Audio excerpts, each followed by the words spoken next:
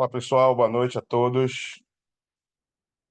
Gostaria de dar boas-vindas a todos a mais uma edição do nosso Pulsar Talks, temporada 2025. Agradecer a minha amiga Marisa, mais um ano aí, a gente tentando levar capacitação e conhecimento para atenção domiciliar.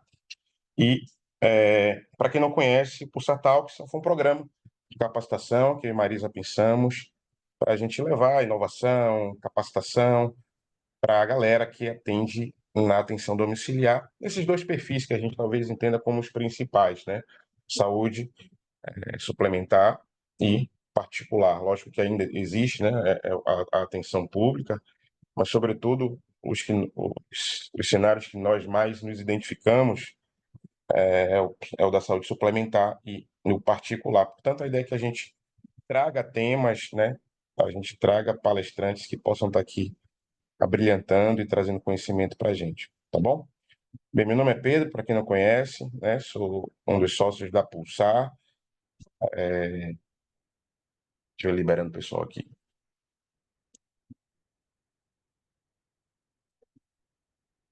Somos sócios da Pulsar, né? A Pulsar é uma empresa que já tem 15 anos na atenção domiciliar e a gente vem trazendo, a gente faz reabilitação puramente particular, tá bom? Mari, quer se apresentar? Apresentar a Total Físio, por favor. Uhum. Com certeza. Vamos lá. Boa noite a todos. Meu nome é Marisa Patarello, sou sócia fundadora da Total Físio, também com 15 aninhos de idade, debutando. A atuação da Total Físio, ela é matricialmente na atenção suplementar, então a gente tem uma outra liberdade prescritora, uma outra liberdade de atuação, bem diferente do particular. E diante dessas conversas que a gente tem constantemente, aqui nasceu essa necessidade desse projeto que vem dando super certo, e a gente vem contando cada vez mais com professores de altíssimo gabarito, como o nosso amigo Bruno, que está aí abrilhantando o Brasil, representando a CBDF. Então, obrigada, Bruno, por aceitar o nosso convite. Eu tenho certeza que todo mundo vai sair bem melhor dessa aula hoje.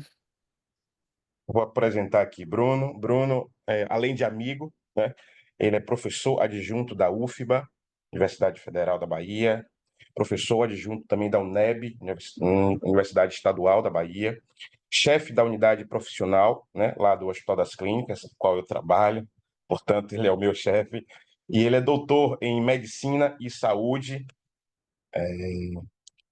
lutador de jiu-jitsu, não é não, Brunão? E ele vai estar falando hoje sobre CBDF. Pessoal, a gente estava conversando aqui mais cedo, antes de liberar a entrada de todos vocês, e Marisa, ela tocou numa frase interessante. Ela falou assim, eu já assisti algumas aulas de Bruno, né, sobre CBDF, e eu, de fato, eu também já assisti algumas aulas de Bruno. E a ideia que a gente traga aqui, essa aula vai estar gravada, a ideia é que a gente traga aqui uma apresentação interessante sobre a ferramenta, mas, sobretudo, que vocês possam estar tendo essa oportunidade de estar utilizando a ferramenta, lutando com as várias barreiras de utilização da ferramenta, que não são poucas, e aí a gente está com a pessoa que mais pode nos ajudar, que é o Bruno Prata, tá?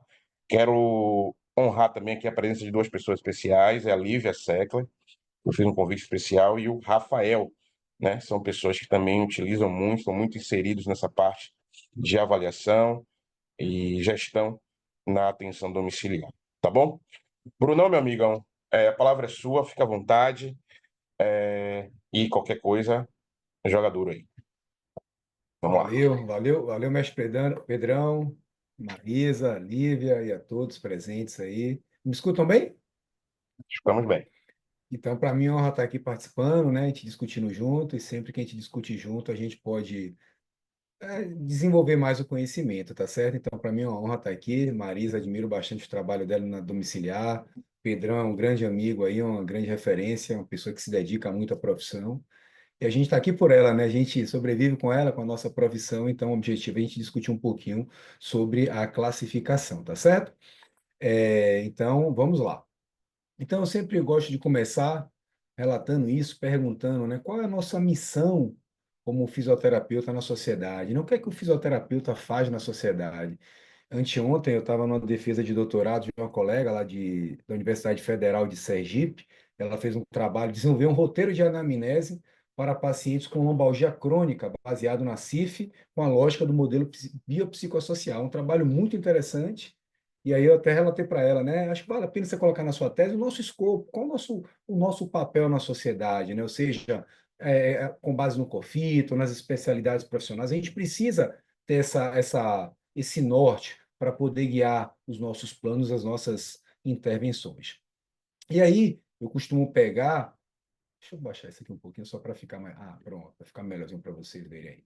Eu costumo pegar o nosso decreto-lei, né, da onde surgiu tudo ali, o decreto-lei 938, e ele relata ali, né, que a atividade do fisioterapeuta privativa executar métodos e técnicas fisioterápicas com a finalidade de restaurar, desenvolver e conservar a capacidade física. Então, a gente surgiu com esse intuito aí de conservar capacidade física do paciente, algo relacionado ao movimento humano, a esses aspectos aí, tá certo? O próprio termo fisioterapia, se a gente parar para ver, né? Terapia física, então tem essa coisa relacionada à parte física, à parte dos sistemas do movimento. Entretanto, a nossa profissão ela evoluiu bastante ao longo desses poucos anos. Se a gente se comparar com outras categorias profissionais, ela cresceu. Várias especialidades profissionais, aqui eu tirei lá do site do Cofito, existem várias especialidades profissionais onde você, dentro de cada especialidade, você vai ter áreas de estudo, desfechos relacionados a essas áreas e profissionais muito capacitados para isso. E como o tema da aula de hoje é relacionado à atenção domiciliar, eu fui buscar quais são as atribuições do fisioterapeuta na atenção domiciliar. Minha formação, eu sou fisioterapeuta na área de terapia intensiva, é minha especialidade profissional, é fisioterapia respiratória. Então, minha vida toda foi atuando, digamos, no ambiente hospitalar. Em alguns momentos, eu atendi paciente particular no domicílio. Logo no início de minha carreira, eu atendi um pouco em home care. Teve um período também que eu coordenei uma clínica aqui de transição, que é até referência no Brasil, que é uma.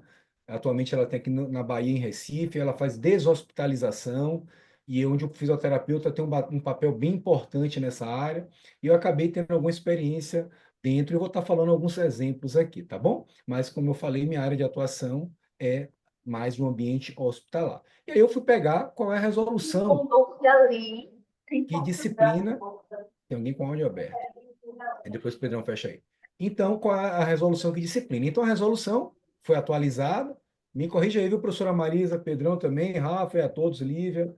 A resolução que tinha era 474, que disciplinava a especialidade. Em 2016, ela foi atualizada e tem agora essa aí, que é a 565/2022. Talvez tenha alguma mais nova, mas a que eu busquei e consegui foi essa aí. E lá no artigo 4, quando você pega, dentre as atribuições do fisioterapeuta, tem realizar consulta, diagnóstico e prescrição fisioterapêutica, prognóstico e alta fisioterapêutica com base no estabelecimento de um plano terapêutico detalhado.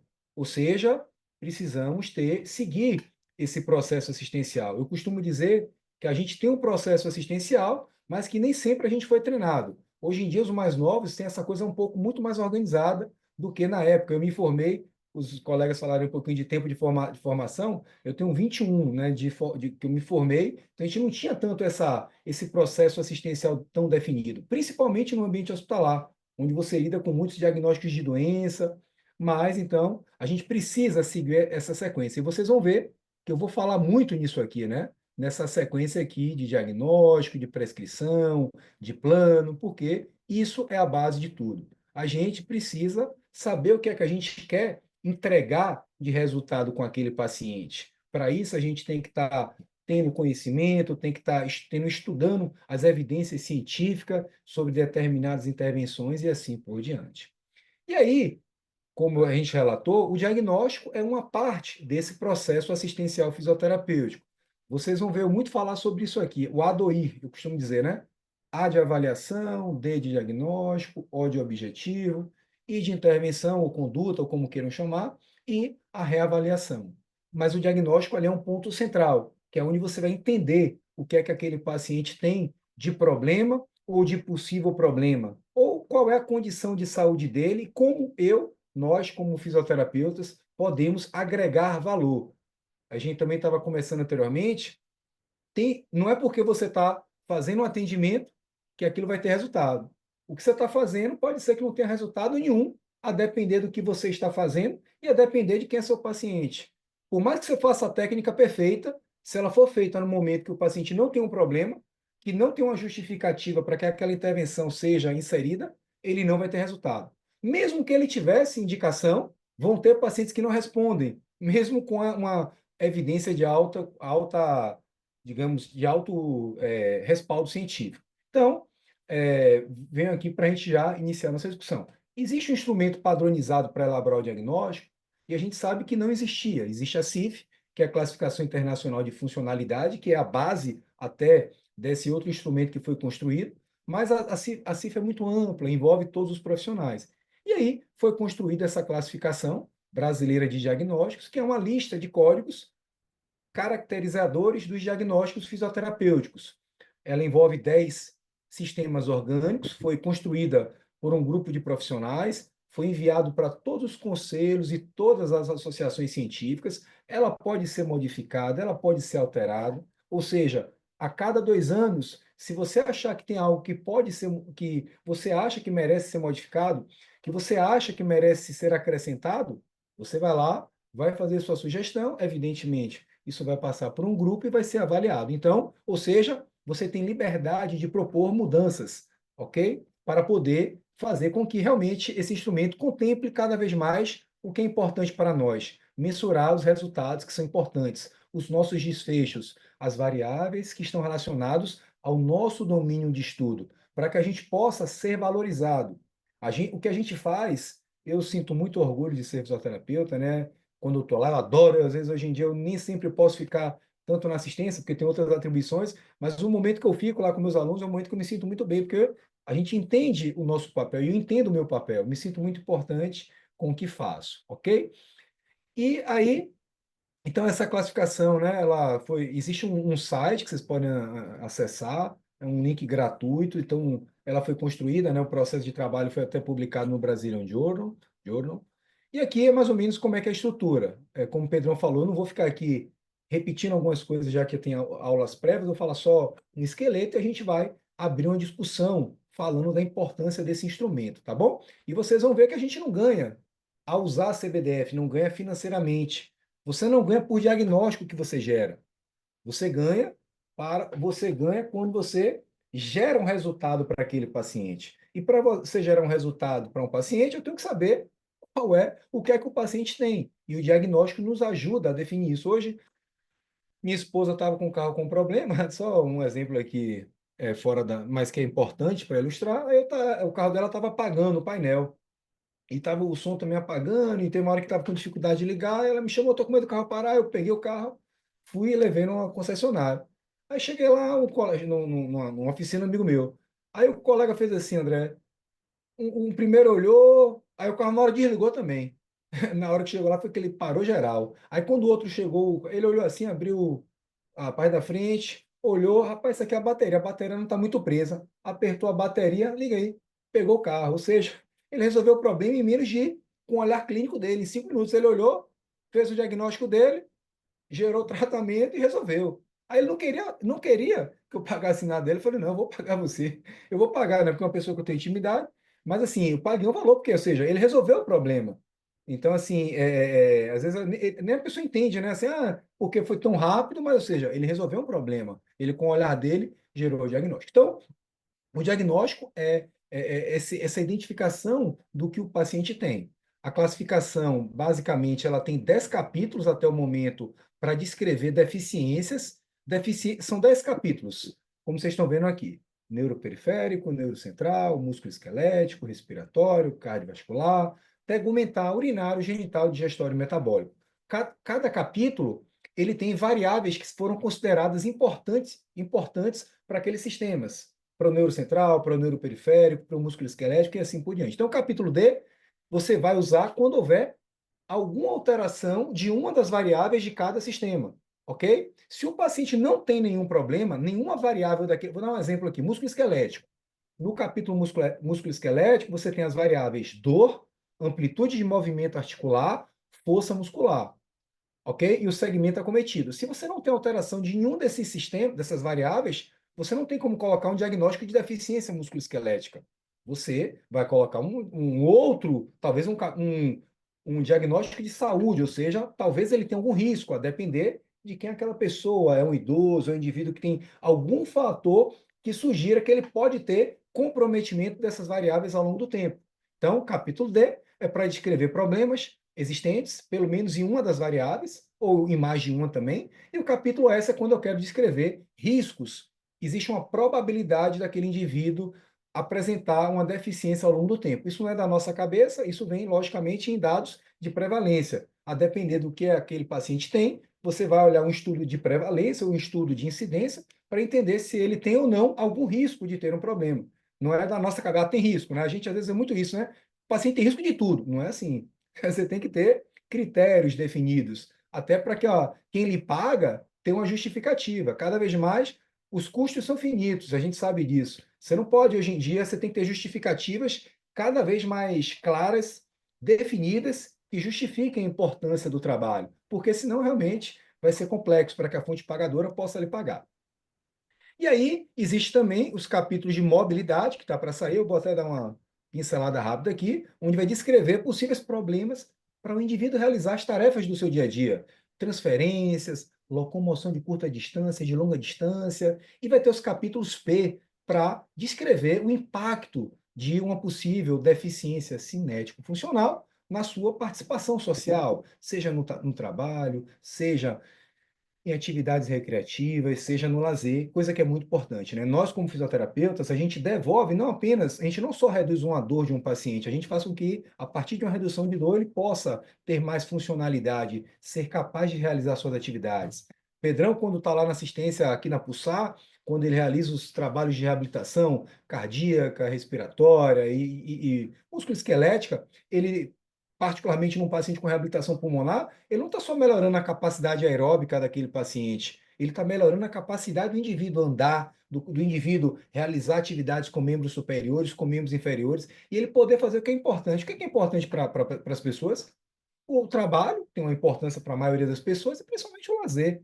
Você poder, depende de cada um, né? Uns gostam de ir à igreja, uns gostam de estudar, uns gostam de praticar um esporte, uns gostam de ficar lendo um livro, mas na maioria das vezes, você ter a capacidade de movimento vai lhe permitir fazer coisas de trabalho e de lazer. Isso é muito importante. Então, nós, enquanto fisioterapeutas, a gente tem essa capacidade de, através do nosso diagnóstico, propor metas, a partir dessas metas, definir estratégias, intervenções e devolver esse paciente para realizar suas capacidades nas diversas áreas, nas diversas especialidades. E não é diferente assim na saúde suplementar e na saúde domiciliar, ok? Agora, também é um desafio, porque nós, muitas vezes, não temos esse hábito. A gente acaba entrando muito no tecnicismo, ou seja, o cara apenas quer fazer a técnica, fazer por fazer, mas não é assim. Você tem que entender o que você quer fazer, baseado em quê, o porquê você está fazendo. Então, existe também essa.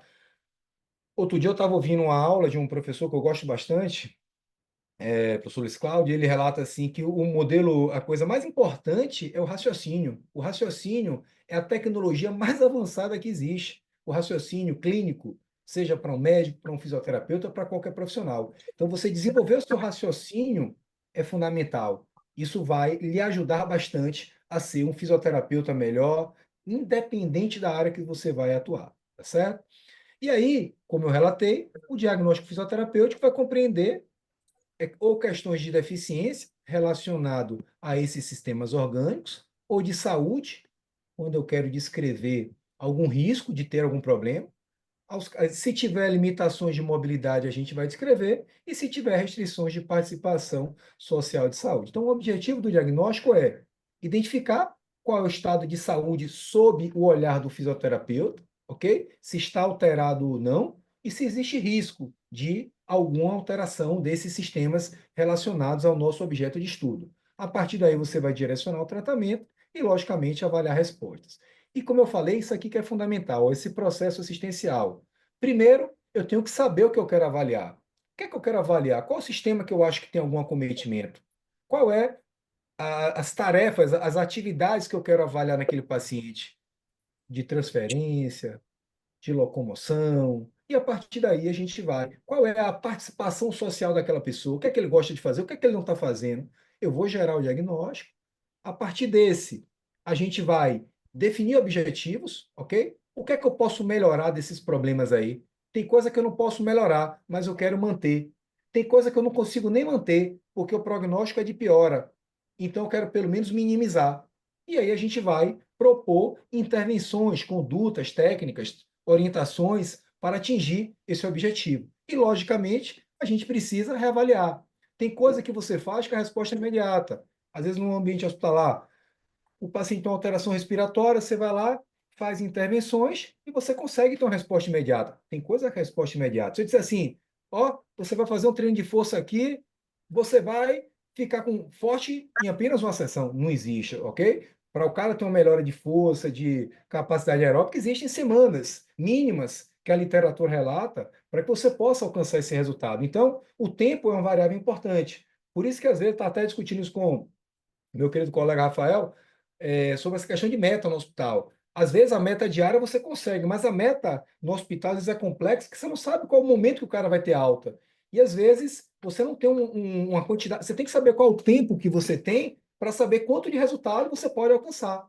É diferente na saúde suplementar, isso já é um pouco melhor. O cara chega para você, você teoricamente, se ele não tiver nenhuma instabilidade clínica, eu posso propor a minha meta em um mês, a gente quer isso aqui, ó, em 2 meses a gente quer isso aqui. É até o que ocorria naquela clínica de transição que eu falei para vocês que eu tive atuação, tá certo? Então a gente tem que entender isso e começar a treinar esse raciocínio dentro da gente. Porque, como eu falei, a tendência é que cada vez a gente vai ser mais cobrado. Não é? Todo mundo quer ganhar mais. Mas para a gente ganhar mais, eu tenho que gerar um trabalho que mereça ganhar mais. Então, isso é importante também, né? Não adianta eu querer fazer uma coisinha básica e achar que eu vou ganhar, não é assim, né? Então, as coisas requer luta, requer dedicação. Então, é a mesma coisa para um profissional. Ele precisa ter uma entrega, ter um resultado, tá bom? E a gente sabe que a gente gera resultado, né? E a gente tem várias em diversas áreas. Aqui é só mais uma vez aquela descrição que eu já falei, né? Que foi lá publicado no trabalho naquele trabalho do diagnóstico, onde relata um pouco isso, né? Ou seja, quem é aquela pessoa, qual é o nível de mobilidade, qual é o nível de participação social daquela pessoa. Outro dia, Pedro estava fazendo uma assistência em um paciente com 80 e poucos anos, e o paciente lá correndo, ele fazendo a reabilitação, ele mostrou um vídeo, eu vi o vídeo na internet. Que coisa legal, né? Ou seja, imagine, e a depender da situação, a depender do modelo de saúde, esse indivíduo iria para um profissional e esse profissional mandaria o cara ficar ali em repouso, numa atividade mais lenta, sendo que o cara pode ter uma vida funcional. Ele foi desafiado para poder ter uma melhor capacidade. E para isso, né, um outro aspecto aqui, a gente tem que ter entrega, você tem que ter identidade com a profissão. Eu costumo dizer que o fisioterapeuta, ele precisa ter identidade. Você não vai conseguir tocar numa pessoa e se você não está energeticamente conectado com ela, principalmente como fisioterapeuta. Tem gente que chega para atender para o cara e já chega com a cara cansada, desgastada. Rapaz, é muito complicado. O paciente, a tendência dele é que ele não tenha essa boa receptividade. Então, por isso que profissionais que têm um grau de empatia um pouco maior, geralmente ele tende a ter uma clientela também melhor e uma maior daí, porque a melhor propaganda é a de boca a boca, não é isso? A partir do momento que o cara recebe, pô, aquela pessoa é tão cuidadosa, tão atenciosa, então isso tudo também faz a diferença também. Então você tem que ter identidade e se identificar com a profissão, ou seja, acreditar no que você faz. Se você não acredita, fica complexo também. Mas vamos lá. Como mensurar nossos resultados? Então, a gente falou que precisa ter avaliação, eu tenho que saber o que eu quero avaliar. Então, a depender do sistema que está cometido, eu tenho coisas que eu quero avaliar: músculo esquelético, respiratório. A gente gera o diagnóstico, definiu o objetivo, escolheu as intervenções, né? Isso eu não vou entrar nisso aqui, mas você sempre vai buscar intervenções baseadas em evidências científicas que têm resultado para melhorar aquele desfecho. E a gente precisa reavaliar o paciente. Então, eu gosto muito dessa figura. Na clínica lá que eu atuava, nessa clínica, era bem interessante uma experiência que eu vivenciei, que é o seguinte: você tinha reuniões para definir, a cada período tinha reuniões para um alinhamento do plano de cuidado. Desde a chegada do paciente, ele já tinha metas, objetivos que eram esperados para ele. Lógico que não existe só aquela perspectiva. Então, no caso, o paciente tinha uma avaliação, gerou um diagnóstico e era criada uma meta. Do ponto de vista objetivo, a gente tem 3 possíveis desfechos, ok? Quais são? Ou o cara tende a melhorar a capacidade dele, aeróbica, respiratória, musculoesquelética, reduzir a dor e ter melhor mobilidade, ou ele é um cara que ele vai ficar mantendo aquela capacidade ao longo do tempo, ok? Um aspecto mais de manutenção, de prevenção, e tem aquele que está com um quadro mais de pior ao longo do tempo, ok? E a gente tem que deixar claro que existem essas probabilidades. Mesmo um cara com alta probabilidade de melhora, ele pode ter piora. E é importante que você alinhe isso com o plano terapêutico. Chegavam pacientes lá com alto grau de perspectiva de reabilitação, por quadros, por exemplo, de uma polineuropatia do dente crítico, pós um acidente vascular encefálico, onde o grau de evidência é muito alto para ter melhora ao longo do tempo após um evento, ok? Só que mesmo assim se relatava, ele pode ter uma piora ao longo do tempo.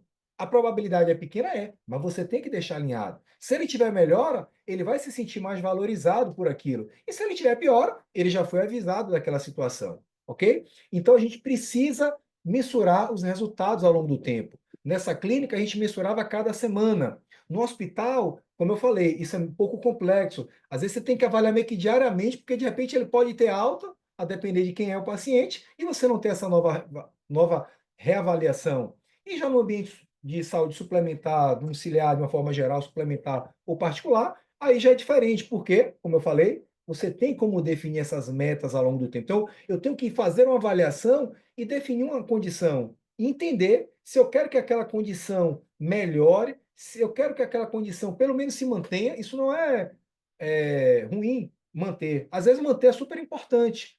Você pega um paciente, por exemplo, que tem um quadro de Parkinson, e você conseguir preservar sua capacidade ao longo do tempo, isso é, porra, melhor às vezes até que uma reabilitação, ok? E até uma minimização de perda também numa doença degenerativa. Então, isso aqui é fundamental. Eu tenho que entender, eu tenho que mensurar os meus desfechos, os nossos desfechos ao longo do tempo, para saber se o paciente está tendo o quê?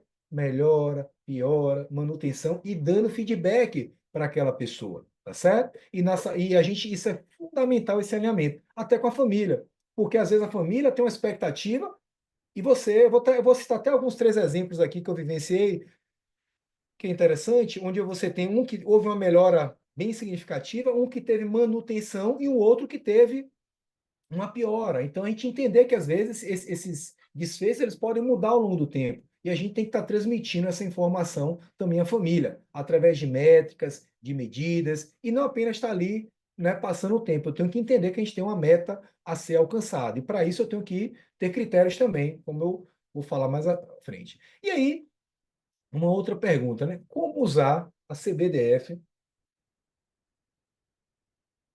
no meu dia a dia para agregar valor assistencial e ao paciente? Valor assistencial de uma forma geral, até para a gente também, né? Para a gente ser melhor remunerado, porque é legal você ter um trabalho digno, que lhe remunera dignamente, mas é importante também que você faça um trabalho digno do valor que você recebe, ok?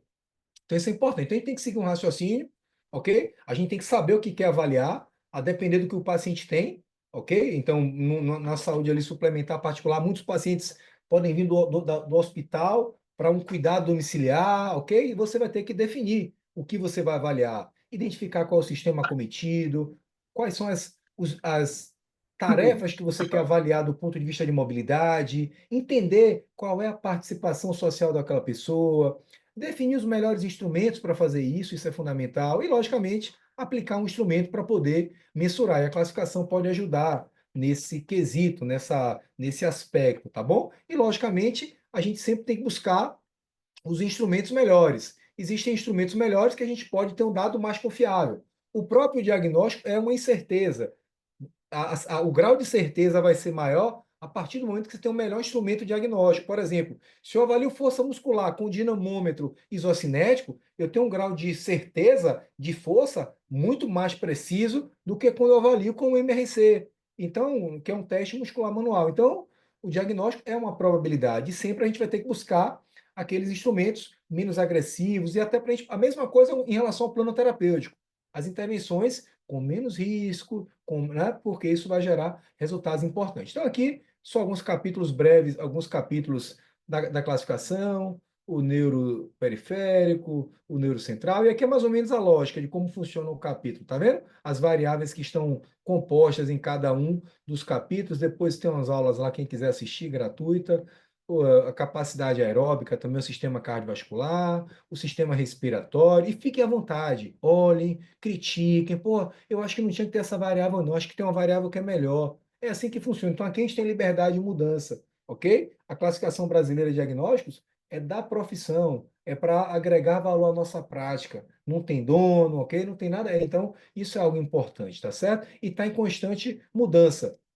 Aqui são os capítulos que foram incluídos de mobilidade, ok? Capítulos de transferência, de manter posições básicas, manter posições avançadas, locomoção básica, locomoção avançada com obstáculos, atividades básicas de membro superior, de membro inferior, e aqui também a participação social, né, pessoal? A gente tem é muito importante, nós em muitas situações somos capazes de, com as nossas intervenções, contribuir para que esse indivíduo possa ter uma melhor participação na sua vida, no seu dia a dia e assim por diante. Então, isso também é um dado importante. Eu estava lendo trabalho, eu depois vou botar aqui para Pedrão depois e Marisa compartilham com vocês, lendo um material bem legal. Vou baixar aqui, vou mostrar aqui para vocês rapidinho, dá tempo. Esse dado é legal. Informações, um capítulo, um material sobre reabilitação, e ele é bem interessante porque ele fala um pouquinho sobre a reabilitação na Europa, né? Então ele faz tipo uma reflexão sobre. Deixa eu ver se eu acho aqui. Ó, estão vendo aqui? Estão conseguindo ver? Deixa eu botar aqui, peraí. Consegue visualizar aqui? Agora sim, Brunão. Então, aqui é um material, né, um trabalho interessante aqui publicado, não é brasileiro, mas ó, falando da Organização Mundial de Saúde, falando sobre a reabilitação e falando da importância da reabilitação, ou seja, mostrando que a reabilitação é algo que tem relação com as metas de sustentabilidade, de desenvolvimento, né, sustentável do mundo, em vários aspectos. E ele começa a falar aqui as diversas condições de saúde onde nós, fisioterapeutas e outros profissionais podem contribuir. Então, é uma leitura também que vale a pena. A gente também, depois, está dando uma lidinha também que vale a pena para o nosso dia a dia. Mas vamos lá, seguindo em frente, para não ultrapassar meu tempo aqui. Importante, né, Pedrão? Estão vendo o slide aqui? Estamos vendo sim. Massa, vamos Fica à lá. vontade, Brunão. Fica à vontade. Você manda. Perfeito, perfeito, perfeito. E aí, em relação a cada variável, existe uma forma de quantificar, então a forma que quantifica cada variável é de acordo com a classificação internacional de funcionalidade. Tem até alguns colegas que criticam, porque, por exemplo, a deficiência grave, quando você pega, ela usa de 50% a 95%, né? Realmente é uma margem muito grande, mas é o que a CIF usa. Talvez no futuro, se a gente considerar que isso não é uma faixa, está muito divergente, a gente pode alterar isso aí também. Então, sem nenhuma deficiência, 0 a 4% de problema, leve de 5 a 24, moderada de 25 a 49, grave de 50 a 95 e completa de 96 a 100%, ok? Então, logicamente, você vai usar um instrumento de medida e aí você, de acordo com o grau daquele instrumento, se ele fosse de 0 a 10, é muito mais prático, mas se ele for de 0 a 100, por exemplo, é muito mais prático. Mas nem sempre ele vai ser um instrumento assim. Então, você tem que usar alguma calculadora, algo que ajude a entender quanto o grau de, por exemplo, avalei for, vou dar um exemplo aqui, tem uma situação aqui bem prática aqui, ó, para a gente ver o que eu estou falando. Um exemplo de uso de uma variável para quantificar o grau de alteração, tá bom? Digamos que eu queira avaliar a força muscular daquele paciente, quero identificar se ele tem ou não algum grau de alteração. E digamos que eu queira utilizar, por exemplo, uma força de pressão palmar. Então, aqui a gente tem alguns trabalhos, aqui tem até do grupo lá do Sírio-Libanês, né, do colega Wellington Yamaguchi. Existe essa fórmula prevista para, por exemplo, a força de pressão palmar com hand grip. Então, você vai calcular o valor previsto, vai ver quanto ele tem de força, e a partir daí você vai ver qual é o percentual do valor previsto, para ver se é o quê? Se é sem alteração, se é leve alteração, se o valor previsto é de 76% a 95% e assim por diante. Então, a gente tem que transformar o valor encontrado na sua avaliação para entender o que aquilo representa de alteração. Se é uma alteração, se é sem alteração, leve, moderado, grave ou completo, com base naqueles graus que eu comentei para vocês, tá bom? Eu posso usar também outros instrumentos. Posso pegar, por exemplo, testes de desempenho físico. Aqui tem um trabalho da nossa colega Karina Fulanet, também uma grande especialista na área de fisioterapia respiratória. E aí eles fizeram, tem aqui alguns testes de desempenho físico, onde tem equações previstas. Então, digamos que eu quero avaliar força muscular baseado num teste desse aqui, que de alguma forma pode ter alguma relação com força. E é um teste talvez até com um desempenho um pouco melhor do que o hand grip. Você vai lá, vai calcular o valor previsto baseado nesta fórmula aqui, se for um teste de velocidade de marcha de 4 metros, ou a depender se for um teste de sentar e levantar de 30 segundos, de repetições. E aí, o que é que você vai fazer? Um exemplo aqui. Teste de velocidade de marcha de 4 metros. Digamos que aqui a fórmula, digamos que o indivíduo tem essas variáveis, fiz a conta, vi que ele tem, o valor previsto para ele para as variáveis que ele tem, é uma velocidade de marcha de 1,34. Pronto. Eu fui lá, medi o meu paciente. Digamos que ele tem uma velocidade de marcha de 0,8. Ou seja, 0,8 está aqui, ó, tá nessa faixa, que equivale a 51 a 75%, ou seja, ele tem uma moderada alteração. Então, o instrumento a gente avalia e aí a gente vai gerar um código para gerar o nosso diagnóstico. Aqui é um resumo de algumas variáveis mais simples utilizadas no dia a dia, como um teste muscular manual, dor, uma flexão de ombro, um equilíbrio a depender do que esse paciente tem. Então, e aqui tem os valores, tá vendo? Porque o ideal é que no seu dia a dia, a depender dos instrumentos que você usa, você já tem ali uma folha de A4 para facilitar, ou você tem uma planilha de Excel, ou algum aplicativo que possa ajudar o seu dia a dia. Isso é fundamental, o médico mesmo faz isso muito no seu dia a dia. Ele usa muito arquivos para poder gerar os códigos. Ninguém fica gravando aquelas centenas, milhares, talvez, de códigos no seu dia a dia, tá certo? Então, tem algumas aulas que estão gratuitas lá no Psicofito, para quem quiser assistir, tá certo? E o instrumento, quem quiser estudar mais sobre instrumentos de avaliação, existem bases de dados, como a DITA, que é uma base de dados para instrumentos diagnósticos, que ela especifica melhor quais são os instrumentos que tem, as propriedades diagnósticas e assim por diante. E existe também uma ferramenta chamada Cosmin, que ela fala um pouquinho dessas propriedades. Cada teste, um teste, ele tem que ter algumas propriedades. Confiabilidade, tem que ter uma validade em relação a outro instrumento padrão ouro e tem que ser responsível por medidas ao longo do tempo. Então, quem quiser estudar isso depois também pode estudar.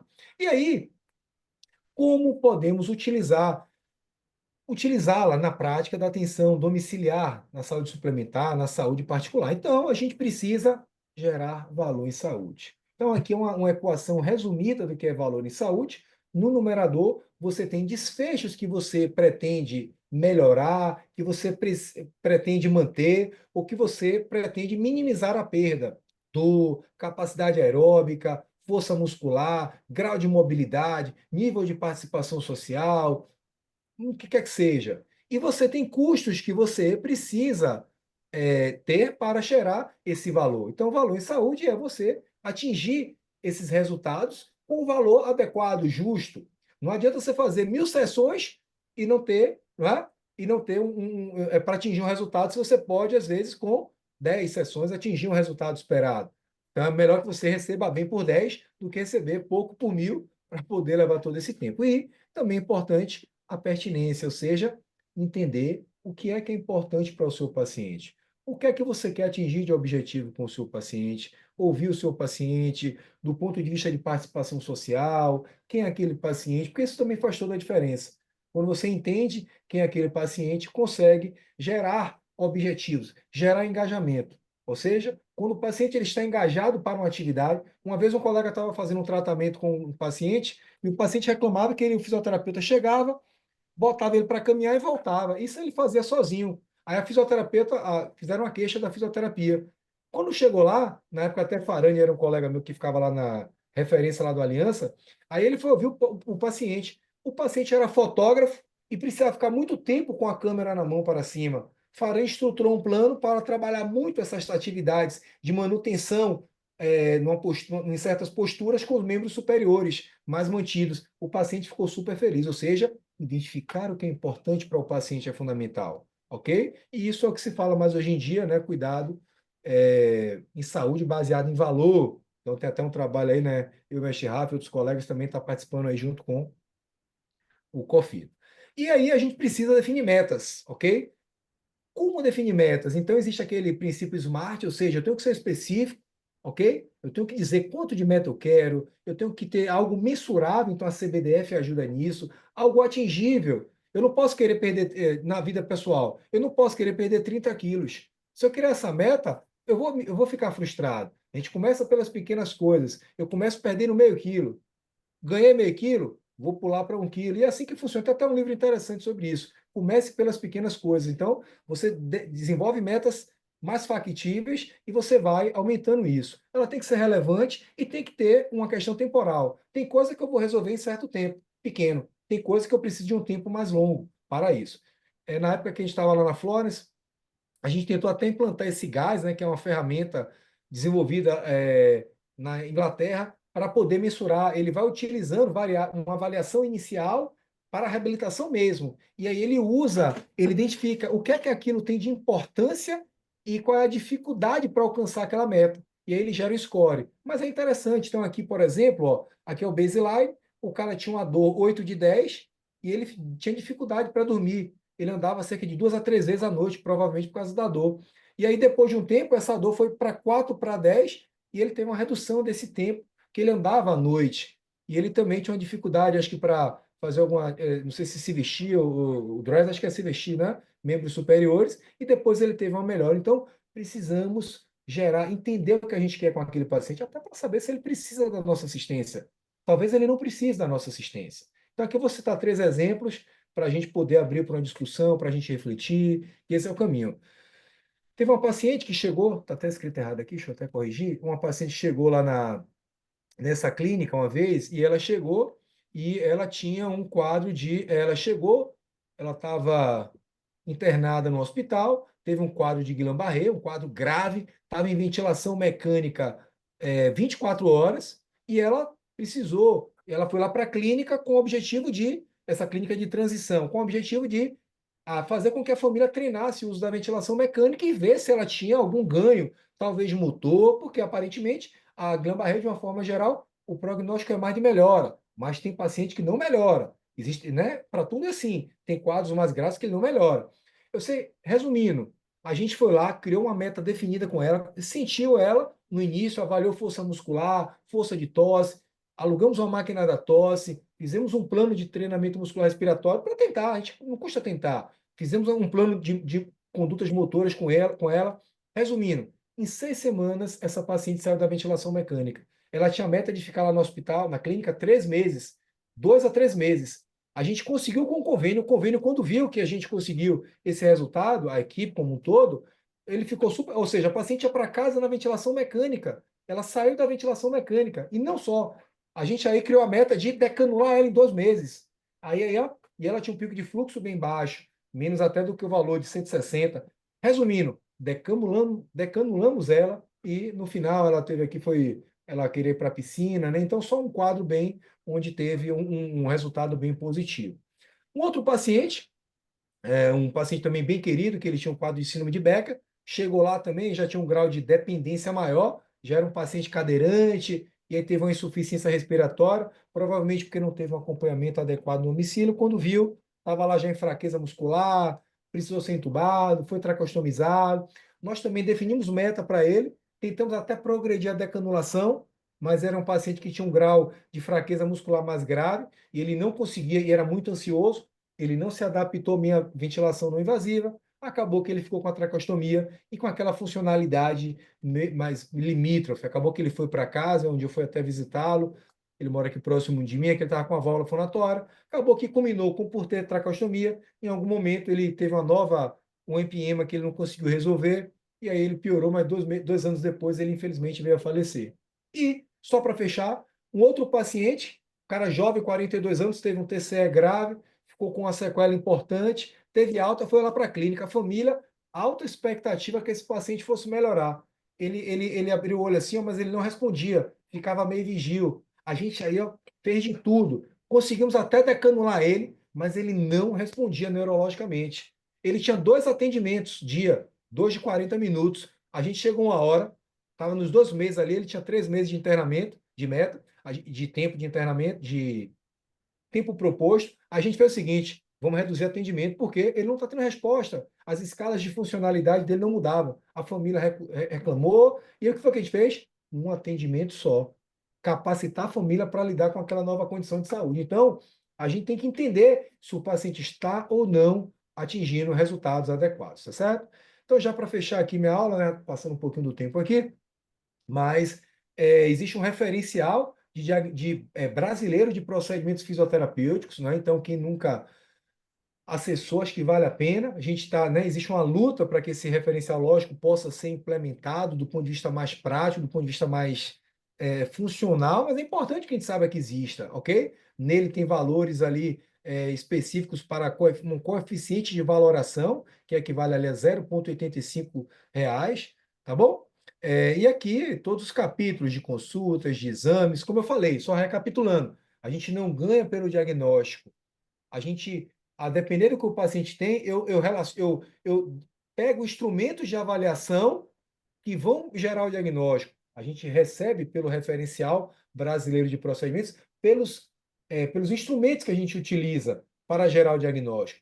E era até uma lacuna, né? Porque você tinha o instrumento de avaliação e tem os instrumentos de tratamento, intervenção. E o diagnóstico? Então, o diagnóstico é o centro disso. Eu tenho instrumentos de avaliação para construir um diagnóstico e, com base nele, propor intervenções para atingir um possível melhora desses desfechos, tá bom? Tem algumas especificações em relação à negociação, quem é especialista tem um valor um pouco maior, tá certo? E aqui alguns exemplos de valores utilizados nesse referencial, tá bom?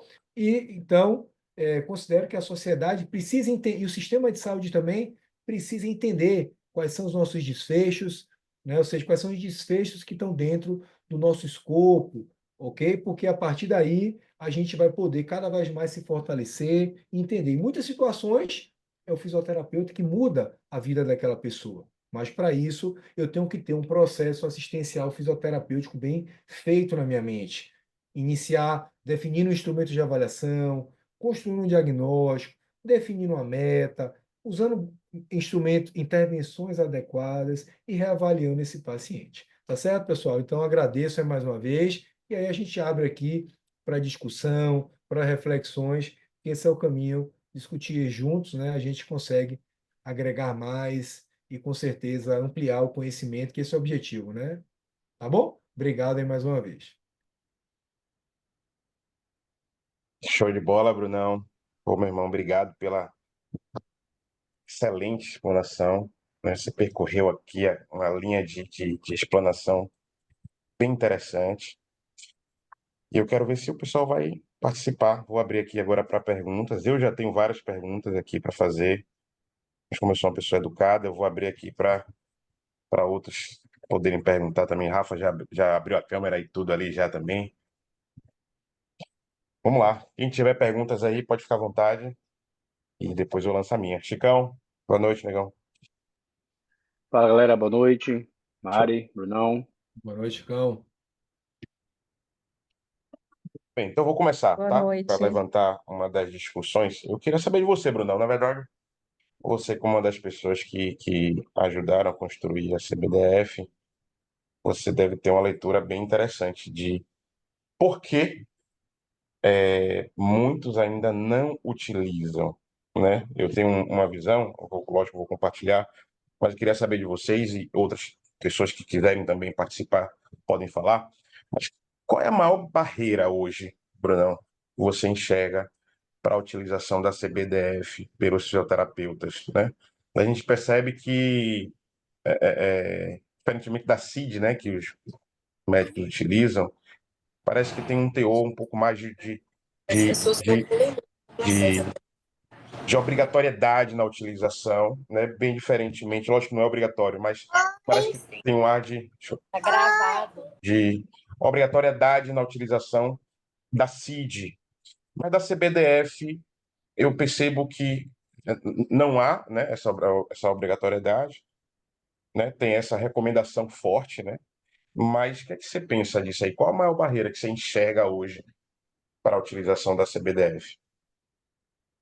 Pedrão, eu acho que assim, o maior, acho que é mudança de pensamento, né? Eu acho que o fisioterapeuta tem um trabalho de uma professora lá da UFMG, professora Rosana Ferreira, um artigo até não citei, mas ela fala que dois fatores que limitam muito a profissão é essa questão do tecnicismo. O fisioterapeuta quer repetir técnicas, né? Então ele quer ficar fazendo ali, ele não entende que ele é capaz de gerar um resultado com aquele trabalho, com intervenções bem feitas, com uma boa avaliação, com diagnóstico. E é uma mudança de cultura. Eu estava conversando anteriormente com o Lívia ali, o cara que já tem um certo tempo, é difícil ele, às vezes criar mudar esse padrão mental que vem nele. Ele já tem um hábito de ter uma sequência. Diz que quando você tem um hábito, você não consegue tem que modificar. Até modificar é fácil, né?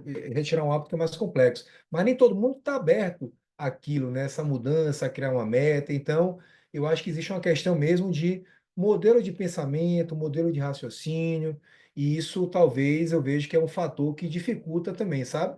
Eu acho que já melhorou muito, acho que existem vários exemplos disso, né? Vários profissionais que fortalecem isso no dia a dia, se qualificam, mas a gente vem de uma herança bem complexa. Se eu pegar minha formação em 2003, a gente não tinha muito isso, a gente tinha um modelo muito focado em doença e nesse sentido, né? Tanto é que, se eu dizer para você, a resistência maior que a gente tem é de pessoas, assim, em relação à CBDF, que elas querem usar CID, assim, falando abertamente. Elas acham que o fisioterapeuta é uma briga porque quer dar o diagnóstico ali e tal de. Eu sei que o diagnóstico é geral, o diagnóstico de doença, mas a briga é maior por isso, ao invés de trabalhar com aspectos. Eu já vi colegas falarem que isso é diagnóstico funcionalzinho, ou seja, imagine você avaliar uma força muscular, avaliar um grau de mobilidade, capacidade aeróbica. Ou seja, então tem pessoas que não entendem o seu papel enquanto fisioterapeuta. Então isso é muito complexo, aquilo que eu falei até de identidade. Ou você se sente realizado com aquilo que você faz, ou é muito complexo, né? E, logicamente, todas as áreas de saúde é uma área que requer muita entrega. E assim, nem todo mundo está disposto a essa entrega. E existem dificuldades inerentes, não só para a nossa área, a gente vem de um modelo biomédico, então eu penso que esse é um grande fator. Existem outros também, treinamento, mas tem gente que sabe, às vezes não faz, né? Então, aí você diz assim, o cara é porque o cara ganha pouco, às vezes, eu sei, a gente queria ganhar não sei quanto, mas tem locais que o cara tem uma renda adequada, tem uma renda legal, de acordo com a realidade, e às vezes o cara não realiza o que deveria ser feito. E não é nada complexo. Então, tem coisas que eu também não tenho a resposta exata, mas eu acredito que isso é uma questão bem complexa. O fisioterapeuta entender o que é importante para ele, entendeu? Não estou falando só com a CBDF, não, que fosse até com a CIF ou com qualquer instrumento que seja, entendeu? Importante é ter alguma meta, né? Alguma métrica para poder utilizar, né? Rafa, Rafa levantou a mão aí. O que você acha, Rafa? Diga aí. Boa noite a todos. Primeiramente, queria parabenizar aí o Brunão pela excelente aula, cara. Quando eu tô com ele na comissão de diagnóstico, mas quando eu ouvi que ele ia dar essa aula, eu falei, "Pai, não posso perder, velho." Coloquei na agenda, todo dia eu olhava e valeu muito a pena poder participar. Parabéns, Brunão, aí pela aula. Vou assistir as outras aí de CBDF para aprender mais com ele. Parabéns a Pulsar também por esse momento aqui. Já pensou esse momento aqui de graça, velho? Isso aí vale muito, isso aqui. O valor disso aqui é muito alto. Então, parabéns aí ao Grupo Pulsar, Pedrão, a Marisa. Vamos lá. É uma reflexão bem interessante essa questão, que vai girar em torno aí da valorização profissional, né? Por que que tem profissional que cobra R$ 20 na sessão, tá com a agenda vazia, e o profissional que cobra 300 está com a agenda cheia, né? Qual a diferença entre esses dois profissionais? Preço não é, né? Por exemplo, a minha filha faz terapia em casa e eu pago uma fisioterapeuta é, R$ 300 por sessão. Aí ela faz RTA, ela faz várias coisas. Mas, cara, quando eu vou olhar a avaliação dela, a capacidade dela de fazer diagnóstico, é algo surreal, pô. De fazer diagnóstico e traçar o plano. A valorização, eu vejo que ela está muito ligada com a capacidade de você entregar resultados, resolver problemas, né? O cara lá, o mecânico lá, apertou a bateria, resolveu o problema, pô. Ele podia levar em outro cara que ia trocar um bocado de peça e não ia resolver o problema. Resolveu o problema, entregou valor, né? Que até na fórmula de valor leva em consideração a experiência do paciente. Então, eu vejo isso aí muito intimamente relacionado. E assim, como, aproveitando que vocês comentaram aí sobre. Quando eu olho a fisioterapia mais no contexto hospitalar, eu vejo gente muito técnico, né? Repetindo técnicas, e a gente não faz diagnóstico, cara. Não faz diagnóstico. Assim, na sua grande maioria, eu não sei se a minha realidade vai retratar a maioria da realidade, né? Mas eu estou inserido aqui num contexto em que o fisioterapeuta ele pensa mais na conduta, né? Não pensa no diagnóstico. E a CBDF, quando você olha para a CBDF, velho, a CBDF é algo assim, pensa num negócio top, velho. É a CBDF. Você tem classificação de diagnóstico, você tem da deficiência, do risco, da mobilidade, da participação. É algo que a gente está levando através do Conselho Federal para discussão com a ANS, com o plano de saúde. E todo mundo que olha assim fala, rapaz, vocês têm um instrumento alto nível, né? Eu acredito que todos temos responsabilidades para poder aplicar a CBDF, né, no dia a dia. O profissional, aí é individualmente, né? Cada um faz a sua história. Acredito que o conselho também tem sua responsabilidade, principalmente nos regionais, de fiscalizar, né? Eu acho que o que não é fiscalizado não é realizado, né? Então precisa ter fiscalização. Eu acho que é uma força-tarefa. Mas de fato chegou o momento mais do que nunca da gente aplicar a CBDF em todos os contextos, velho. Seja domiciliar, hospitalar, dermato, enfim, todos. Isso dá um peso para a gente da profissão assim muito forte, pô. Falar, ó, rapaz, diagnóstico. Se a gente não faz um diagnóstico bem feito, como é que a gente trata um paciente, né? E a pessoa, se a gente chega assim no médico e ele já passa a medicação e não fala o que a gente tem, seria mais ou menos como a gente fazer uma avaliação, não fazer uma avaliação e logo fazendo uma técnica, um treinamento respiratório, seja lá que técnica for. Então, assim, esse é o meu pensamento, né? Não sei se eu estou correto, mas é meu pensamento em relação à CBDF. Cada vez que eu estudo, que eu vejo, eu fico mais impressionado. No hospital que eu trabalho, eu já implementei. Assim, a galera tem muita dificuldade às vezes na aplicação, mas todo paciente já está saindo com a já está começando o atendimento com sua CBDF já, com seu código. E eu acho que a gente tem que fazer esse movimento, né, de falando sobre o assunto, falando sobre a importância. Na faculdade tem que falar, cara, na formação dos profissionais, eles têm que ouvir falar da CBDF. Eu acho que assim a gente pode construir uma fisioterapia mais forte, né? A construção de uma fisioterapia mais forte passa pela CBDF. Essa é a minha opinião. Obrigado aí pela oportunidade de falar. Nada, Rafa. Show de bola, show de bola. Essa sua última Rafa. frase foi bem importante, né? Valorização da fisioterapia passa pela CBDF. Chicão, você que é um dos apoiadores daqui da Pulsar Talks, sua empresa é Evosystem, o que você acha, Chicão, que é a maior barreira assim para a utilização da CBDF? Tá?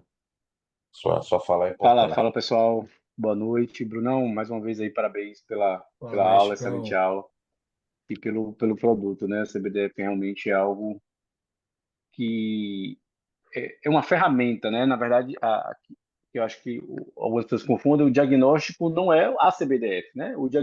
A CBDF é uma ferramenta para se descrever o diagnóstico, que é uma coisa maior do que, né? Obviamente, do que a CBDF. Eu acho que eu acho que uma barreira, Pedrão, como você falou, é o conhecimento sobre diagnóstico, né? Conhecimento sobre do que avaliamos e do que podemos ou não tratar. E eu acho que ainda tem uma barreira que é o que Bruno trouxe no início, que é uma barreira de evolução, né? A gente precisa, acho que a CBDF tem muito ainda a melhorar, algumas coisas, especialmente na área da cardio, acho que na área da respiratória também, algumas coisas deixam muito a desejar, assim, não reflete exatamente tudo que a gente pode avaliar e todas as ferramentas. Eu acho que a parte, por exemplo, de função, né? Aqueles termos ali que se usa, volume de expansão pulmonar, a questão dos tipos de estrutura, né? Ele coloca restritivo e baixa elastância, mas na prática normalmente é a mesma coisa.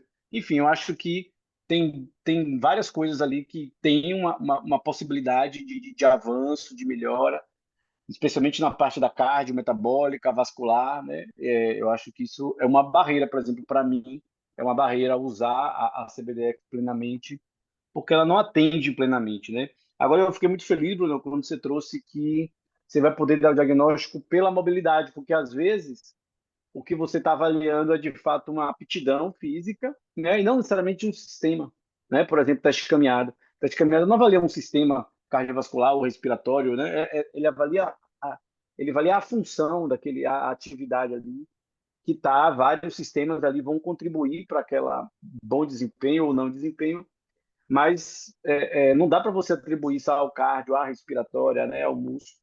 Então, essa capacidade, né, de você poder dar o diagnóstico da deficiência, eu acho que é um caminho melhor do que o diagnóstico do sistema, né? É claro que tem coisas no sistema que será possível, mas eu acho que isso é interessante. Não está disponível isso ainda, né? Essa versão aí que você está. Isso, Chicão, exatamente, Chicão. Aqui é que tá para sair já, entendeu? Aí vai ter tudo isso aqui, tá Ótimo, vendo? Aí velho. Muito você vai bom. clicar, aí você vai ter se você vai ser separadinho, entendeu? Se você quiser dar um diagnóstico de deficiência, sim, de mobilidade e de participação. Aí você vai Eu acho selecionar o que é que que você quer e aí você gera código. Então você pode gerar um código de deficiência, um código de mobilidade, ou mais de um código de participação. E aí você, né, pode propor suas metas, né? É, essa parte acho que é muito importante. E tem uma curiosidade, por exemplo, eu fiz no curso lá que eu coloco, eu boto temas ali para as pessoas votarem, e sempre diagnóstico é o tema menos votado. É um dos temas sempre menos votado. Então, é um desafio, né? Assim, a gente tem que dizer para fisioterapeutas que não existe atender sem diagnóstico, né? É uma coisa que parece óbvia, mas é um desafio dizer e convencer que para se atender e que após uma avaliação é necessário um diagnóstico, seja usando a CBDF, seja não utilizando a CBDF, né? Mas um diagnóstico, né? Ou seja, aquela tarefa ali que você está avaliando, aquelas deficiências que você está avaliando, ela precisa ser classificada, registrada, né? Aquela queixa precisa ser traduzida em um diagnóstico, né? Fisioterapêutico. E e é impressionante como isso é difícil dentro da nossa profissão, assim, né? A gente precisa convencer a fisioterapeutas que eles precisam dar diagnóstico. Mas muito legal, assim, acho que cada vez vai estar isso melhorando e isso vai amadurecendo. E acho que a CBDF vai amadurecendo junto com a profissão. Eu acho que daqui a algum tempo Perfeito, será uma coisa perfeito, muito mais Chicão. usada. Beleza, eu vou. Oi, meninos. Quem, Posso quem... falar, Peu? Pode, Livinha, pode, Livinha. Depois eu vou passar para Kari, que também levantou a mão aqui também. Karine Palma. Tá. Pode falar. Bruninho, parabéns, viu? Assim, quando eu lembro, quando você falou no início, né, que são 21 aninhos de formado, eu tenho um aninho a mais na sua frente. Fui seu monitor, Anil.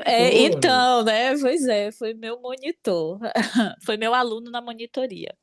E, assim, eu uso muito a CBDF, né? Um dia eu estava até mostrando um relatório para Peu e Peu falou: como é que escreve um relatório assim? É, e eu acho que qual é a minha crítica à CBDF? Eu acho que a gente precisa também dar o diagnóstico da incapacidade, porque na incapacidade nós não somos eficazes.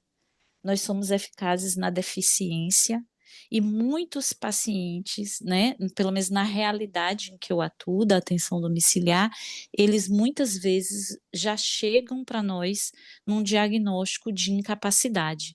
Então, na incapacidade, não importa a intervenção que eu faça, eu não vou gerar nenhum desfecho. E como a maior parte dos pacientes que a gente atende já chegam para a gente num grau de cronicidade muito alto, né? Com onde as deficiências não foram tratadas em tempo hábil, muitas vezes a família acha que é a fisioterapia, o tratamento fisioterapêutico que não é eficaz, quando na verdade ele já está ali num estágio evolutivo que eu não consigo mais, nenhum tipo de atuação minha vai ser possível para gerar um desfecho para aquele paciente. E aí eu queria saber de você se existe, né, essa possibilidade. E em relação à barreira, eu acho que a maior barreira do uso da CBDF é que, para eu diagnosticar, eu preciso saber avaliar. E não, assim, na fisioterapia nós temos uma série de instrumentos validados cientificamente, de escalas, de testes funcionais, de teste prognóstico, infinitos que nós podemos utilizar, e eu não sei em que momento isso se perdeu. Quando eu me formei há 22 anos atrás, nenhuma MIF, por exemplo, que avaliava ali a capacidade funcional existia, porque a MIF foi validada em 2004, né, no Brasil. E imagine o tanto que nós avançamos, e hoje, 22 anos depois, a gente tem tantas outras ferramentas. Você tem a dinamometria, você tem a possibilidade de usar um monovacuômetro para você avaliar força muscular, respiratória.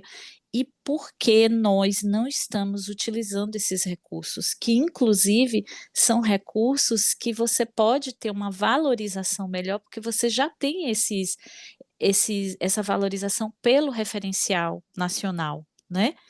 Então, eu penso que a gente está num caminho de evolução, mas esse caminho precisa ser fortalecido na base onde os profissionais estão iniciando a formação.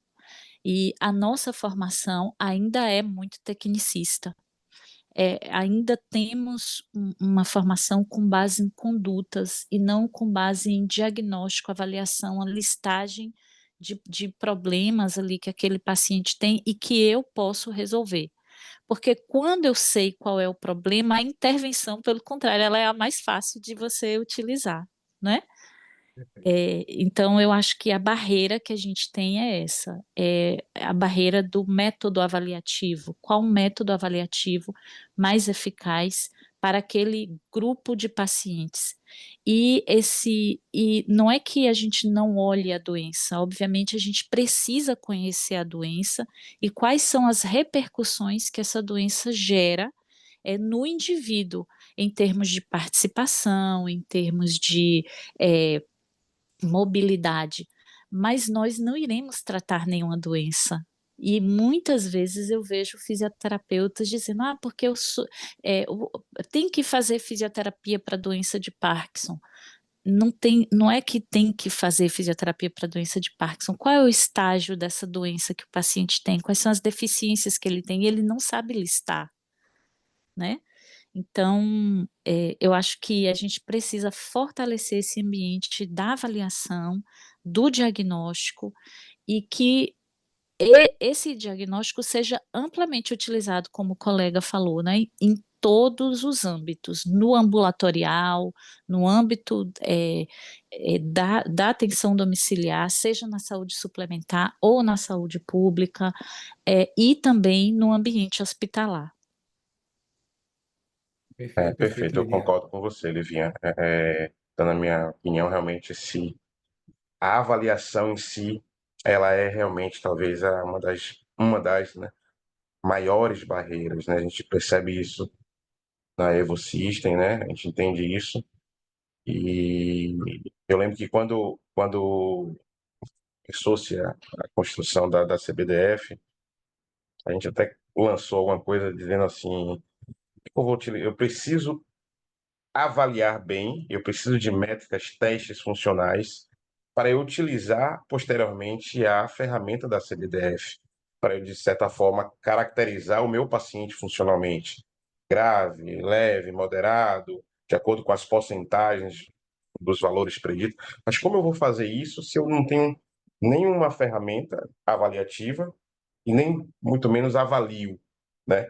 Então, por exemplo, eu percebo muito em alguns locais, hospitais, por exemplo, que até tentam lançar mão da CBDF, utiliza, mas em algumas métricas, algumas variáveis, a gente justamente coloca ali um item que a própria CBDF ela oferece, né? Não especificada, né? Então, às vezes o paciente, não, eu acho que esse cara tem redução de força, quanto?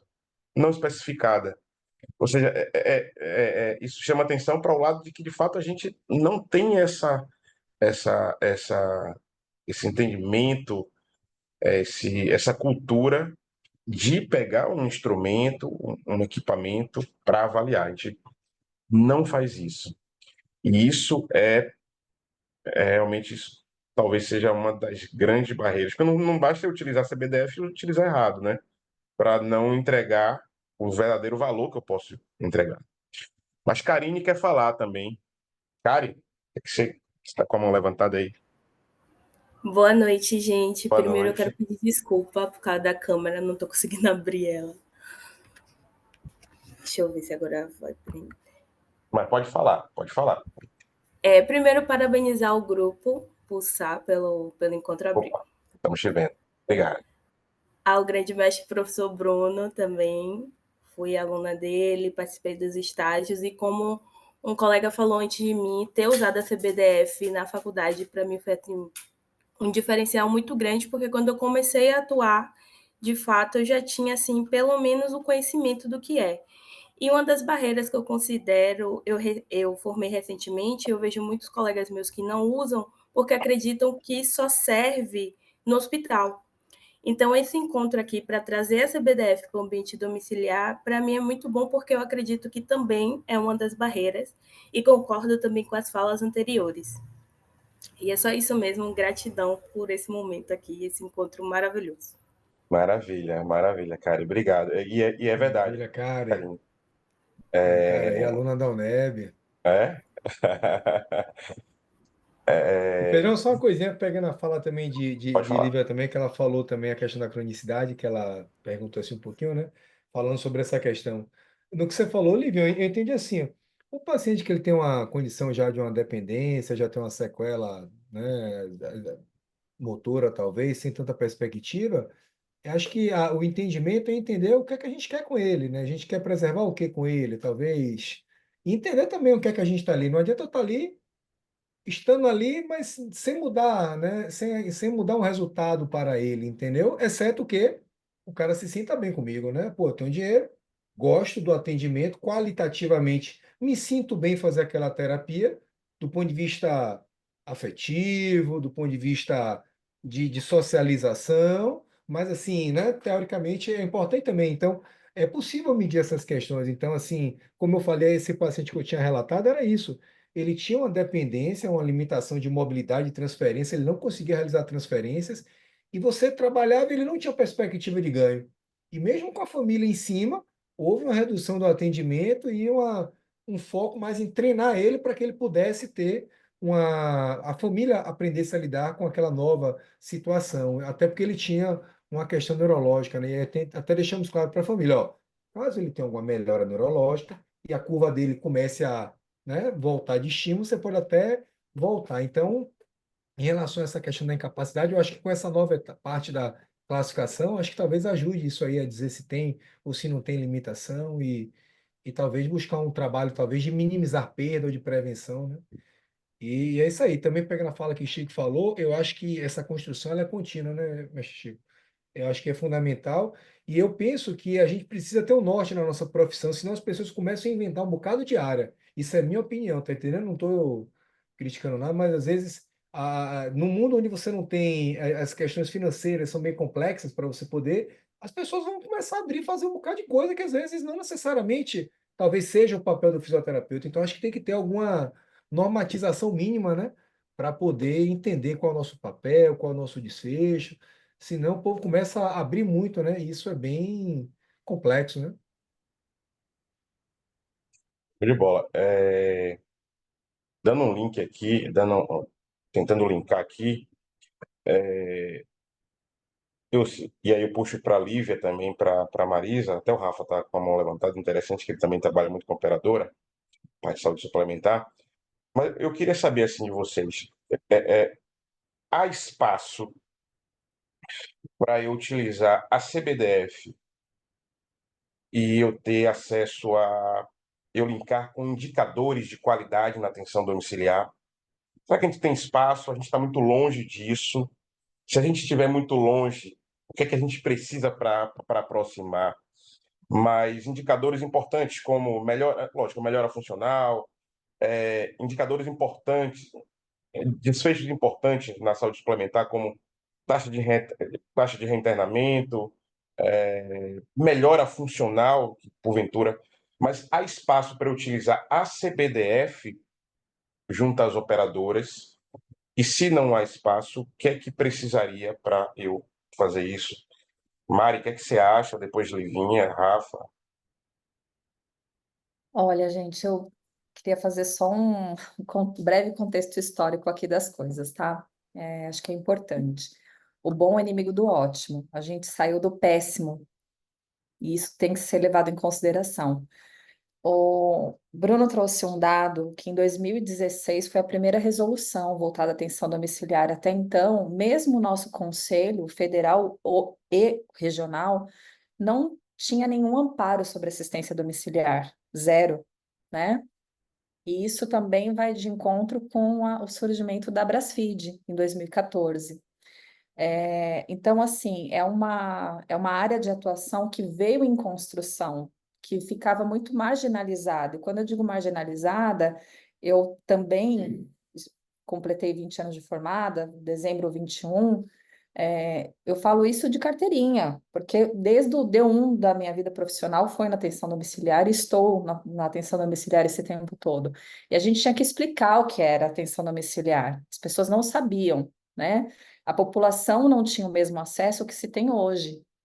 E realmente eu fazia atendimento em casas elitizadas mesmo, pacientes que saíam de hospitais mais elitizados. Não se tinha setor de deshospitalização nos hospitais como se tem hoje comumente, independente se é um hospital considerado da linha A, B, C ou D. A saúde pública avançou muito na atenção domiciliar. Melhor em casa avançou muito. Então, a gente precisa fazer essa correlação histórica de que hoje, em 2025, a gente está discutindo a prática da CBDF na atenção domiciliar. A Lívia, que hoje está representando um trabalho dentro de uma operadora, falou algo muito importante.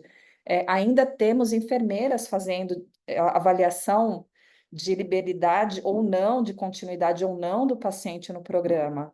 Então, olha o tamanho da seriedade disso tudo que a gente está falando aqui e quantas barreiras ainda a gente precisa vencer nessa história toda. Agora, a síndrome do vira-lata, ela não cabe mais no fisioterapeuta, muito menos no fisioterapeuta da atenção domiciliar. E a CBDF, ela vem empoderar o profissional a isso. Essa semana eu tive uma reunião, semana passada, uma reunião dentro de um cliente, onde nós estávamos sendo cobrados por algumas coisas que não cabem ao fisioterapeuta. E eu tive um momento de falar, espera um pouquinho, isso não pertence à atuação do fisioterapeuta. O fisioterapeuta pode ser um agente de saúde, mas isso não é responsabilidade do fisioterapeuta. E, por outro lado, um outro questionamento que veio, por que que o fisioterapeuta está atuando nesse paciente com quadro XYPTZ? Eu falei, tá, você falou até agora diagnósticos médicos. Vamos analisar a funcionalidade desse paciente? Então, olha a importância da gente saber o que falar, como falar e representar a nossa atuação. Esses são pontos válidos. Quando a gente vê a CBDF muito bem qualificada dentro da ANS, e eu tive a oportunidade, na ocasião, como membro do grupo de trabalho do COFITO, de estar com o Fernando Muniz numa reunião dessas, e falar sobre a CBDF, ver a ANS fazendo uma fala de retorno de assim, a gente precisa incorporar isso de alguma forma. Isso está acontecendo. Então, esse é o... Desculpa me alongar tanto, mas esse é o contexto histórico que precisa ficar presente aqui nessa reunião e tem que ser multiplicado. Quando essa aluna do Bruno relata que ela já na prática acadêmica dela, ela aprendeu a aplicabilidade, que ela faz aplicabilidade, a gente vê exatamente isso, essa necessidade dos multiplicadores. E falar que o pessoal que já tem uma formação mais antiga tem uma resistência, eu acho, Bruno, que a resistência é por desconhecimento. Não é por uma crítica simplesmente pelo criticar do ser, é de não saber mesmo. E a gente tem um papel muito grande de protagonismo de fazer isso ser reverberado, ser creditado e mostrar aonde nós estamos e aonde a gente pode chegar com esse empoderamento real, né? Por que que o médico é tão necessário na prescrição? Por que que a gente briga tanto falando que o médico não precisa ser o profissional de primeiro contato que o fisioterapeuta pode, mas ao mesmo tempo, quando a gente prescreve ou a gente avalia, a gente depende de outras pessoas para isso, na prática, na vida prática, no conceito prático. Então, é isso. Eu acho que é possível a aplicabilidade, sim. Acho que é possível a saúde suplementar ser norteada para isso e isso ser o indicador de qualidade. Aí é o momento que a gente está peneirando os meninos dos homens que sabem o que estão querendo fazer. Né? Aquele momento que você vai falar, eu quero ser um bom profissional, eu quero ser um profissional mediano, eu quero ser um profissional que não tem meritocracia para entrar numa discussão técnica. E o tecnicismo vai exatamente disso. Eu só obedeço, eu sou um executor, eu não sou um ser pensante daquilo que eu estou executando. É isso. Desculpa, eu falo muito, é só isso mesmo. Nada que isso. Perfeito, Maravilha. Mário. Perfeito. Rafa, está com a mão levantada aí? Diga aí. Vamos lá. Muito bacana a fala da Marisa também. Eu pensando aqui, né? Aproveitando a fala também do Francisco. A gente teve reunião da CBDF um tempo atrás que a gente passou várias horas discutindo sugestões de procedimentos, sugestões, né, das associações. Então, nós como profissionais, eu queria levantar só a bandeira assim, de como a gente pode participar da construção, né, da CBDF, do referencial, enfim, do que vai organizar a nossa profissão, né, através das associações, entendeu? Então, por exemplo, na atenção domiciliar a gente tem a Brasfeed, né? Nós temos a Sobrafi também. Então, assim, às vezes, querer só como profissional de forma isolada, querer participar, assim, fica difícil. Então, se a gente se associar, a gente pode ser, a gente é ouvido, né? A gente, como eu falei aqui em uma reunião de comissão, a gente ajustou, incluiu várias coisas. Então, eu acredito que esse é o caminho para a gente construindo cada vez mais uma CBDF mais próxima, né? Que, assim, vai ser difícil conseguir 100%, né? Sempre, mas uma CBDF mais próxima ali que consiga contemplar mais. Em relação à sua pergunta, Pedrão, diretamente, cara, isso na prática já acontece, né? Eu tenho um cirurgião aí, um cirurgião torácico, que já me procurou, falou, Rafa, eu quero um serviço assim que possa me entregar as métricas, que eu possa reabilitar meus pacientes mais rápido. E ali já fechou um pacote e a gente já conseguiu fechar um processo de entrega de valor. Isso é iniciativa privada, né? O cirurgião, ele entendeu a importância e quer que que os pacientes dele se recuperem mais rápido. Pronto, eu fechei um contrato com ele. Agora, se a gente for levar isso para a saúde suplementar, né? Plano de saúde, se a gente for analisar o modelo de saúde hoje, o modelo de saúde tá, tipo assim, não se sustenta mais, entendeu? Na forma de procedimento. É muito caro e pouco resolutivo. Então, entender valor em saúde e saber entregar valor em saúde é algo que todo fisioterapeuta é necessário, entendeu? Tem que aprender para poder sobreviver no mercado, né? E a CBDF, a gente está nessa discussão, isso aqui, a gente está indo para um evento, né, em São Paulo, dia 20, dia 19, né, Brunão? A gente está indo por evento em São Paulo discutir isso, entendeu? Com a ANS, com o IBRAVES, com o COFITO. Então, e a CBDF, ela está sendo o pontapé inicial, para a partir dela se desdobrar linhas de cuidado, processos com métricas bem definidas. Então, isso está acontecendo hoje, né? Então, acho que não acredito que o sistema de saúde ele vai dar esse empurrão, porque vai ser necessário, entendeu? Então, entender CBDF no contexto, em todos os contextos, inclusive no contexto domiciliar, vai dar o caminho para a gente associar as métricas, claro, né? As métricas elas se enquadram em um grupo de pacientes específicos. Então, métrica específica para paciente fratura de fêmur, métrica específica para paciente pós-cirurgia torácica, métrica específica para paciente com TEA, entendeu? Então aí entra um mundo gigantesco, né? Mas é só deixar esse comentário aí. Beleza, grande Rafa. Livinha, É, quer acrescentar? sim, Peu, você me perguntou se há espaço, né? Sim. Esse espaço só vai existir se nós formos os protagonistas em adentrarmos esses locais. não vai nunca ninguém da operadora bater a sua porta e perguntar: oi, tem um fisioterapeuta que faz um diagnóstico aí? Não, esse espaço é um espaço que nós precisamos abrir e mostrar o porquê é tão importante que estejamos dentro desses contextos. E a gente mostra isso exatamente com essa com esse não só com esse diagnóstico, mas com as métricas, que nós encontramos para que a gente mostre o desfecho. Marisa está aqui, né, trabalha também na atenção domiciliar, tem aí praticamente o mesmo tempo que eu, de atenção domiciliar, e o que que a gente vê muito? Nós temos um grande quantidade de pacientes que são, por exemplo, áreas judiciais, né? E esses pacientes, por exemplo, muitas vezes eles não têm nem mais indicação técnica de permanecer realizando o atendimento fisioterapêutico em âmbito domiciliar, às vezes ele nem precisa mais realizar um atendimento fisioterapêutico. E como é que eu provo isso para o convênio? Como é que eu dou subsídios, inclusive, para o jurídico desse convênio poder derrubar essa liminar? E eu venho conseguindo isso, né? Esses dias eu recebi uma ligação do advogado lá do convênio falando assim: olha, eu quero um relatório para esse paciente aqui, igual aquele que você fez para o outro, porque aquele outro a gente já conseguiu dar alta, né? Eu consegui entrar com recurso, o juiz leu o juiz falou assim: ah, mas isso aqui tá bom, isso aqui realmente é um laudo, me prova que o cara realmente não precisa, eu tô conseguindo visualizar. Ele falou: eu preciso de um laudo desse, como é que você consegue ir lá avaliar esse paciente e me trazer um laudo semelhante? Então, espaço há. E o espaço, quem tem que buscar somos nós.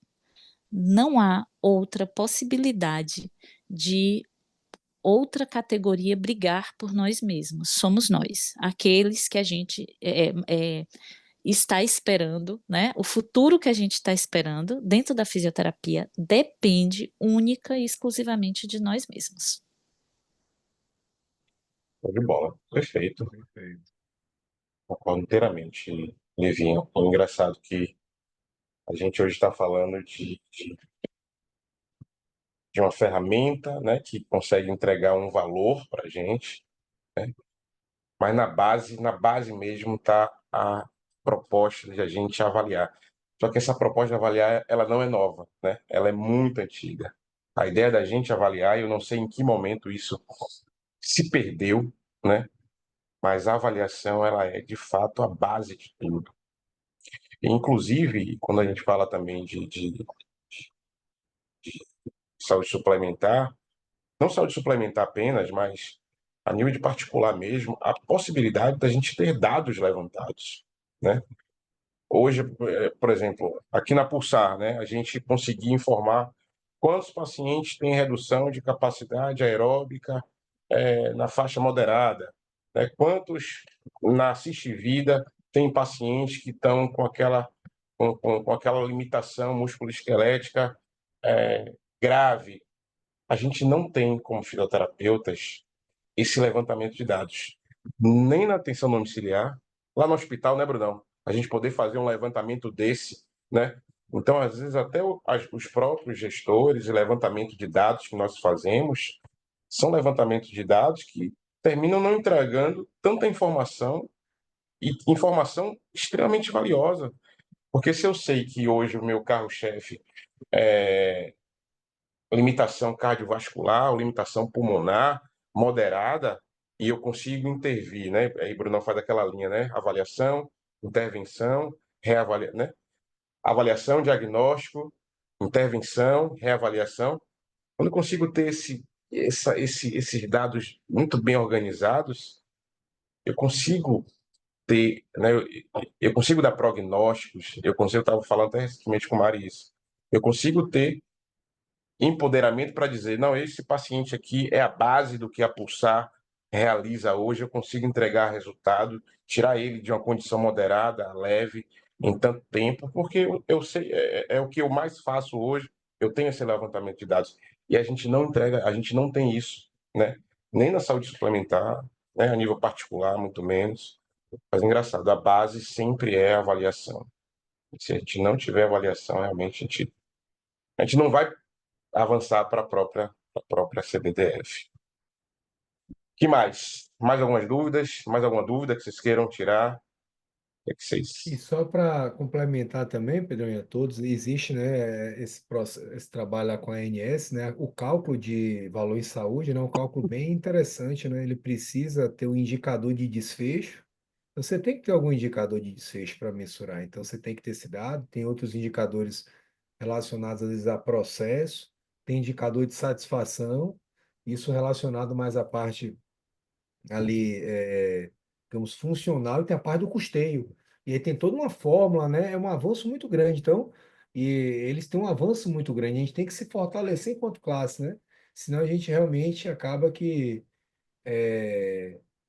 né, se fragiliza, né? Até porque a nossa profissão está em construção, né? Você pega essas clínicas de transição, até aqui na Baía a Flores, né? Você vê que muitas vezes tem pacientes que são internados, sendo que eles poderiam ter aquela assistência no domicílio, né? Para poder ter os mesmos resultados.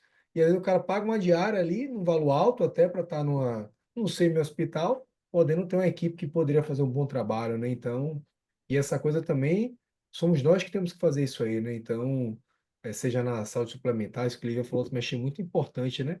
Que são fisioterapeutas que têm que fazer essa entrega, né? E acho que tem um futuro grande aí mesmo, né? E muita luta também. Muita luta. Bem, pessoal, é isso. Livinha, Chicão, querem... Mari, quer falar mais alguma coisa? Eu não, já falei demais, todo mundo aí Falou está demais o quê, cansado. rapaz? Só agradecer o Bruno e falar que ficou na mente que a maior tecnologia é o raciocínio. É isso. Fechou, essa frase impregnou. Obrigada mesmo. Eu gostei de uma Agradecemos. frase de Brunão que ele falou que ele terminou e eu acho que isso é super pertinente. Inclusive, é um dos pilares aqui da nossa comissão de fisioterapia na atenção domiciliar. Um dos pilares é a gente ter, a gente ter uma boa comunicação com o externo. A gente tem muita comunicação interna, né? Falando com o fisioterapeuta, educação continuada, mas as pessoas lá fora não estão falando com a gente não está falando com elas.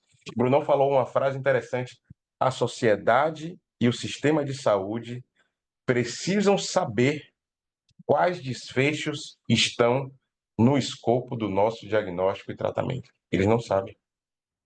Eles não sabem. O E cara quando eu tem uma falo não dor, Pedrão, sabe, uma dor de coluna, o cara tem uma dor de coluna, ele vai no médico, aí faz um pois é, exame, o médico pois é, nem avalia o cara, dá pois é. remédio, pede uma ressonância, sendo que, a depender, se não tiver aquelas red flags, aquelas bandeiras vermelhas, ele poderia fazer 4 a 6 sessões de fisioterapia e resolver o problema dele. Mas é essa questão que você falou, né, de cultura. O cara tem uma dor no pé, ele vai procurar um reumatologista ao invés de procurar um fisioterapeuta. Então, assim, é um desafiador, né? E Bem assim, desafiador. né, pensando nessa questão, né, da sustentabilidade do sistema, acho que foi o Rafael que trouxe isso, e é uma verdade absoluta, né? Hoje a saúde suplementar vive uma crise sem precedentes, e é uma crise que vai perdurar, e esse sistema em um momento vai ruir, isso é um fato, né? Vários especialistas falam, inclusive, de um sistema que ruirá em pouco menos de 10 anos, se continuar da forma que está. E aí eu fico pensando que nós, né, somos fisioterapeutas, nós devolvemos de alguma forma para as pessoas funções, sejam elas funções completas ou próximas das funções que elas poderiam desempenhar. E trazendo esse caso aí da dor lombar, quantas pessoas hoje no Brasil estão afastadas dos seus trabalhos, sendo pagas pelo INSS, por dores lombares, né? Por quadros de lombalgia, que poderiam ser resolvidos com um diagnóstico, uma avaliação bem feita, um diagnóstico bem feito e, consequentemente, a intervenção correta para aquela dor. E essa pessoa continuar sendo produtiva para o sistema do nosso país, né? Ela sai ali da ociosidade, ela iria para a parte da produção mesmo, né? Voltaria a ser uma pessoa produtiva. E no INSS, quem afasta é o médico, que não entende nada também de funcionalidade, não entende de deficiência, não entende de tratamento não farmacológico, que é o que a fisioterapia promove para a sociedade. E nós não estamos nesses espaços. E esses espaços não vão simplesmente aparecer para nós. Nós precisamos ir até esses espaços e dizer assim: olha, eu sou efetivo aqui, porque aqui eu custo para você menos dinheiro. Essa pessoa, eu sou custo efetivo, né?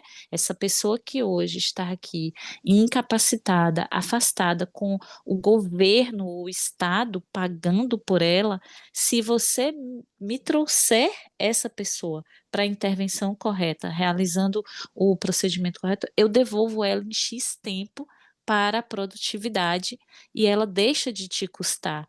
Então, é nesse papel que nós temos que nos colocar para a sociedade, não no papel da pessoa que apenas executa uma conduta ou que tem metas, né? Eu estava comentando com o Peu que existe uma meta global na fisioterapia, que é melhorar a amplitude de movimento,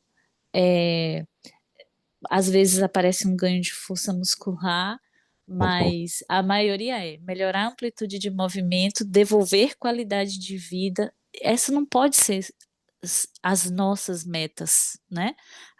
As nossas metas, elas precisam ser, sim, específicas, mensuráveis, ter um tempo para a gente dizer assim, ó, em X tempo eu atinjo essa meta, em X tempo esse meu paciente ganha controle de tronco, né? Porque o estudo me traz isso.